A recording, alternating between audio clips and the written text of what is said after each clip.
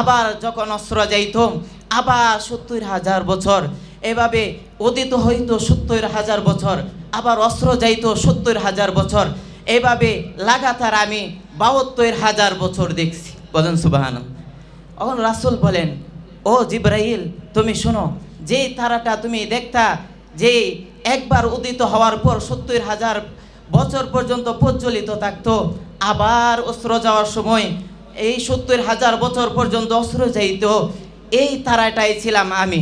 অন্যান্য বর্ণনায় পাওয়া যায়, বলা হয় যে আউয়ালু মা খালাকাল্লাহু বিনুরি, আল্লাহ প্রথম আমার নূরকে সৃষ্টি করেন। আয়েশা উম্মাহাতুল মুমিনিন আয়েশা রাদিয়াল্লাহু তাআলা আনহুর ঘরে একবার রাসূল আসলেন।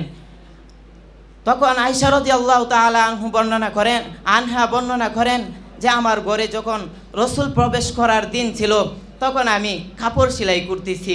কাপড় সেলাই করার সময় আমার সুইটা হাত থেকে পড়ে গেছে, আর অন্ধকারের জন্য আমি আমার সুইটা পাইতেছি না। এমন সময় যখন আল্লাহর রাসূল আমার ঘরে প্রবেশ করলো, আল্লাহর রাসূল ঘরে প্রবেশ করা মাত্রই আমার ঘর সূর্যের আলোর মতো আলোকিত হয়ে গেছে। বলেন সুবহানাল্লাহ। তে রাসূল সাল্লাল্লাহু আলাইহি সাল্লাম হাদিসে বলেন যে আনা খাতামুন নাবিয়িন লা নাবিয়্যা বাদি, আমি সর্বশেষ নবী, আমার পরে আর কোনো নবী আসবে না।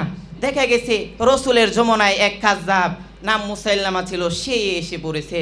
মুহতারাম হাজিরিন, রাসূল মক্কার অলিগলিতে যত তুতলা ধরনের শিশু সন্তান থাকতো, সকলে রাসূলের কাছে আসতো, এসে রাসূলের লালা মুবারক পান করে তার এই যে অসুস্থতা দূর হয়ে যাইত।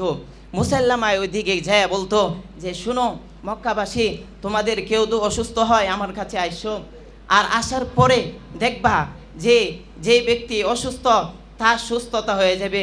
বরংস মুসাইলামার কাযযাব এর কাছে যাওয়ার পরে যে ব্যক্তি সুস্থ, এই ব্যক্তি অসুস্থ হয়ে যাইত। মুহতারাম হাজিরিন, বর্তমান যমুনায় আমরা দেখছি যে কাদিয়ানী যে সম্প্রদায় রাসূলের নবুয়তের দাবি, রাসূলের নবুয়তের সিংহাসন দাবি করে বসে, আমরা হেদায়ার মঞ্চ থেকে স্পষ্ট পয়গাম দেই, যারা অন্তর্বর্তীকালীন সরকার তারা দুজি পূর্বেও আহমদ শফি ডাক দেওয়ার পর তারা শেখ হাসিনা সরকার এই দাবি মানে নাই।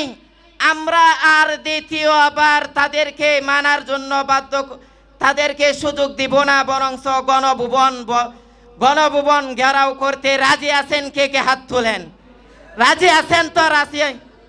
রাসূলের এই খতমে নবুয়ত রক্ষা করার জন্য আমরা সর্বদাই প্রস্তুত থাকবো ইনশাআল্লাহ। ওয়া আখিরুদ দাওয়ানা আলহামদুলিল্লাহ।